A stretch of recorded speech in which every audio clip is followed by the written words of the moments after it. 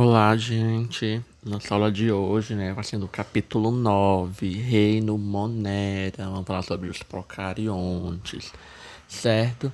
Então, ó, no capítulo anterior, né, a gente estudou um pouco sobre os micro-organismos, né, desprovidos de células e que não se enquadram em nenhum reino de classificação dos seres vivos, né? Então, a partir de agora, vamos estudar, né, os cinco reinos em ordem crescente, né?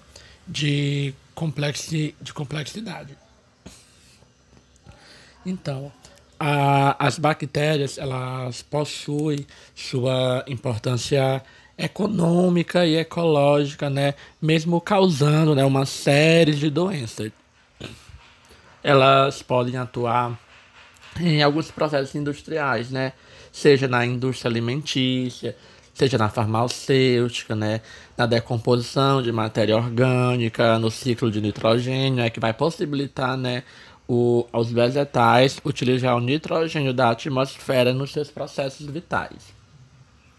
Então, continuando sobre um pouco sobre a morfologia das bactérias, né? As bactérias, elas são seres de estruturas muito simples e de alto poder de reprodução, ou seja, elas são estruturas simples, mas se reproduzem muito rápido. As bactérias são seres unicelulares procariontes, né? Ou seja, elas possuem apenas uma célula e o seu material genético ele é disperso no citoplasma, né? E elas podem também formar colônia das mais diversas formas, ou seja, eles são seres unicelulares que podem formar colônias, ou seja, formar um grande grupo de bactérias. Então, elas são formadas por quê? Ó, por uma parede celular, por uma membrana plasmática e pelo citoplasma, certo? Então, algumas bactérias elas contêm flagelos, outras contêm cílios, né? E essas estruturas elas auxiliam esse organismo, né, na sua locomoção. Então, existe, né, três formas básicas, né, das bactérias. Uma delas são as formas esféricas, que as bactérias esféricas, né, elas são chamadas de cocos. Então, esses cocos, eles podem ser cocos isolados, eles podem ser diplococos, onde são duas bactérias unidas. Eles podem ser streptococcus, onde são várias bactérias unidas, né? E também tem os estafilococcus, são também uma união de várias bactérias. Uma outra forma são as formas de bastonete, que são conhecidas como os bacilos, né? Que tem os cocos bacilos, que é uma forma mais ovalada, né? Os bacilos, que são, né, em forma de bastão. Os diplobacilos, que são dois bacilos. Né, as paliçadas, que são vários bacilos juntos, né? E os streptobacilos, que são uns conjuntos de vários bacilos um atrás do outro. E também tem as formas de bastonetes, né? Os curvíneos, né? Ou em formas de vírgulas, né? Que eles podem receber, né, a diferentes denominações conforme o tipo de encurvamento apresentado. Então nós temos, né, os vibrões, que é mais esse, ó, em formato de meia-lua, né? Temos também os espirilos, né, que eles são mais em formato de zigue-zague. E nós temos os espiroquetas, que ele é bem enroladinho como um fio de telefone. As bactérias, elas também têm a sua nutrição. Elas também, né, se nutrem. E elas podem ser autótrofas, né? Autótrofas, que elas produzem o seu próprio alimento, né, por meio de fotossíntese ou de quimiossíntese. E elas podem ser também heterótrofas, né, que elas precisam, né, se alimentar de substâncias produzidas por outros seres vivos. E essas bactérias heterótrofas, elas podem ser saprófitas, né, que retiram seu alimento, né, de daqueles seres mortos, e podem ser parasitas, né, que retiram nutrientes dos organismos vivos, né, prejudicando. Enquanto o seu hábitat, né, as bactérias, elas vivem em ambientes aquáticos de água doce ou de água salgada, né? mas também pode viver em todo ambiente, né? Em todo ambiente natural por meio de, né, de adaptação. Elas podem se adaptar a qualquer outro ambiente. E elas possuem ou não necessidade de oxigênio. Ou seja, as bactérias elas podem ser aeróbicas, né? As bactérias aeróbicas elas necessitam, né, de oxigênio para sobreviver. E elas podem ser também anaeróbicas, que elas não necessitam de oxigênio para a sua sobrevivência. Quanto à reprodução, né, das bactérias, elas podem se reproduzir tanto de forma sexuada, né, que é com a troca do material genético lá do seu DNA, ou assexuada, né, sem que haja troca de material genético. Ou seja, a gente vai ver agora esses dois tipos de reprodução. A reprodução assexuada, né, os descendentes, eles são cópias exatas das bactérias, né, que o originou.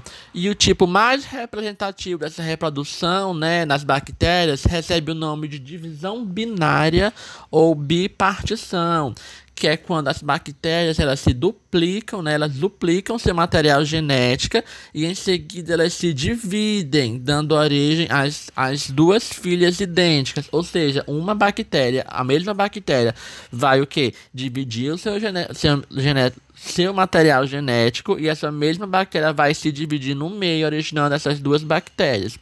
E nós também temos uma forma de reprodução assexuada que é por esporulação, que é quando esse organismo, né, em alguma condição, eles produzem uma estrutura resistente, né, que vão proteger eles, que é chamado de esporo.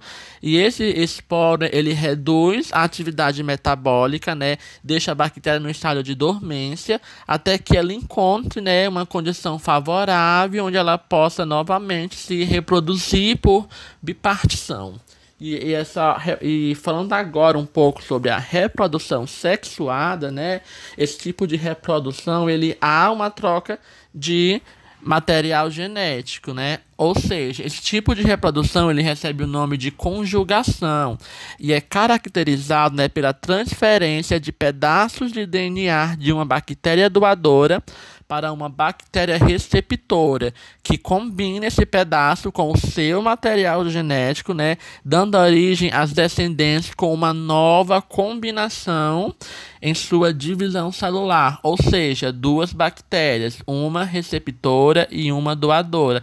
Elas vão se juntar, ficar coladinha, e a doadora vai doar, né, um pedaço do seu material genético, né, para a receptora, e assim vão formar uma outra bactéria, né, com uma combinação desses dois DNA. Aqui agora a gente vai ver um vídeo, né, sobre esses dois tipos de reprodução, né, por bipartição e conjugação.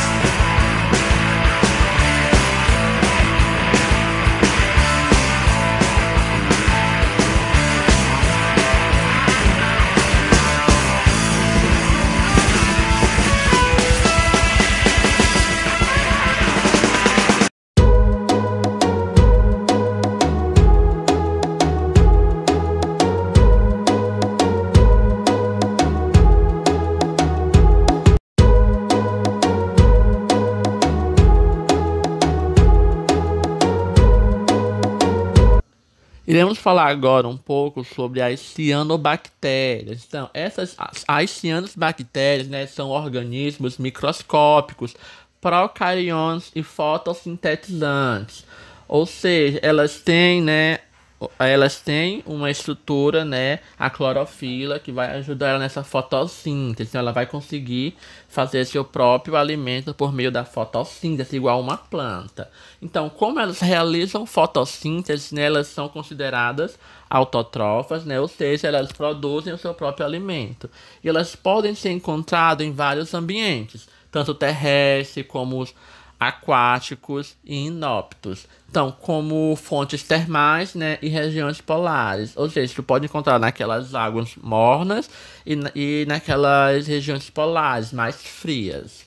Já a arqueobactéria, né, elas são classificadas como arqueobactérias, né, porque ela envolve um grupo de organismos que tem características bem diversas. Ou seja, eles são todos procariontes, certo? Eles podem ser aeróbicos ou anaeróbicos, ou seja, elas necessitam ou não de oxigênio. Elas são autotróficas ou heterotróficas, ou seja, elas podem produzir o seu próprio alimento, como elas podem pegar seu alimento de outros seres, certo? E elas também são conhecidas como bactérias extremófilas. Por quê? Porque elas se desenvolvem em ambientes bem extremos, né? E elas podem ser classificadas em metanogênicas, halófilas e termoacidófilas. Vamos falar um pouquinho de cada uma delas, ó. As metanogênicas, elas são anaeróbicas. Elas produzem metano e podem ser encontradas em regiões pantanosas ou em grandes profundidades oceânicas, certo? As halófilas, elas vivem em alta concentração salina, como o Mar Morto, ou seja, ela consegue sobreviver, elas são encontradas, né, naquelas regiões, naqueles mares onde tem muito sal, como o Mar Morto, que tem uma grande concentração de sal.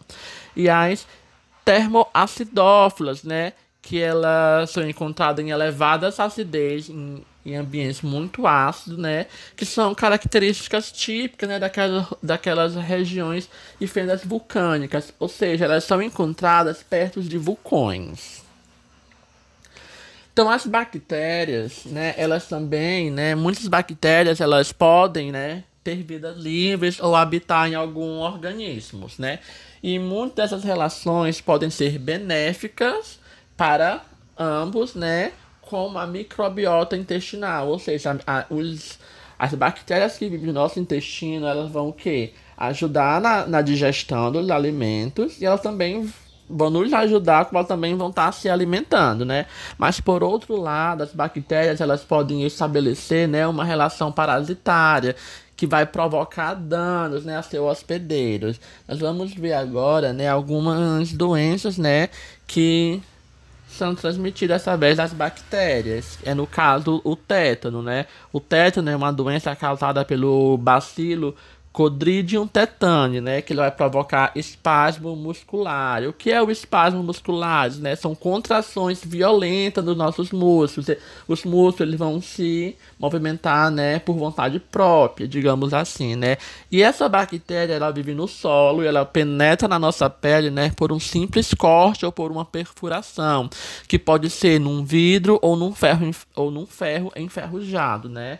Para essa doença grave, né, já existe vacina, ou seja, se tu se cortar num vidro, num ferro ou num ferro enferrujado, né, é bom ir num posto e tomar a vacina antitetânica. Uma outra doença causada por bactéria é a tuberculose, né? Que ela é uma infecção, né, pela bactéria chamada de Bacilo de Koch, né? Cujo nome científico dessa bactéria é Microbacterium tuberculosis, né? Ela é transmitida pelo ar e pode atingir vários órgãos do nosso corpo, né? A maioria dos casos da tuberculose ocorre nos pulmões. A sífilis, né, é uma doença transmitida através das relações sexuais, que afeta, né, os órgãos sexuais masculinos e o feminino, né? Ela é causada pela bactéria Treponema palladium, né? E também pode ser transmitida da mãe para o feto durante a gestação. Então, quando não tratada no início, né, a sífilis ela pode evoluir para formas bem mais graves, né, causando problemas muito sérios, como lesões no cérebro, né, e até mesmo a loucura. A hanseníase é uma doença de pele, né, que vai afetar a nossa pele. Ela é causada pela bactéria Mycobacterium lepre. Ela atinge os nervos periféricos, né, e pode reduzir a sensibilidade da pele. Ela vai causar tipo algumas manchas esbranquiçadas na pele que não vai ter sensibilidade. Você pode apertar que você não vai sentir nada. E essa transmissão, né, ocorre a partir do contato, né, com secreções contaminadas do doente, ou seja, ela é transmitida de pessoa a pessoa pelo contato físico. A pneumonia bacteriana, né, ela afeta os pulmões e o seu contágio é por meio da inalação da bactéria, ou seja, você vai respirar a bactéria. E que bactéria é essa? É a Streptococcus pneumoniae, né, que também é conhecida como pneumococcus, e também pelos Staphylococcus aureus, né, que é eliminado junto com as secreções respiratórias do paciente, ou seja, quando o paciente espirra ou quando o paciente tosse, ele elimina essas bactérias no ar. Então, o tratamento, né, é feito com a administração de antibióticos. A leptospirose, né, ela é provocada pela bactéria Leptospira interrogans, né, que ela causa febre alta, dores musculares, náuseas e vômitos, né. O seu tratamento é feito através de antibiótico, né, além do repouso, né, hidratação e alguns medicamentos para febre e dor. A cólera é uma doença que ela provoca irritação intestinal e, consequentemente, diarreias e desidratação, né? E pode levar à morte do indivíduo. Ela é causada pela bactéria Vibrio cholerae, ou também conhecido como vibrão colérico, né? O tratamento ele consiste em tomar antibiótico, né? A reidratação via oral ou, em casos mais graves, hidratação via venosa, né? Vai tornar aquele soro na veia. A meningite meningocócicas, ela afeta as membranas que envolvem o cérebro, né? Que são denominadas as meninges. Ela causa sérias complicações nas funções cerebrais. A bactéria que causa essa doença é a Neisseria meningitidis. O tratamento ele é feito pela administração de antibióticos, né, geralmente pela veia, né, intravenosa, que é mais rápido o mais rápido possível, né, para evitar as complicações dos casos, né, de meningite. A densiteria bacilar, né, é uma doença que afeta diretamente o intestino, vai causar diarreia severa e febre, né?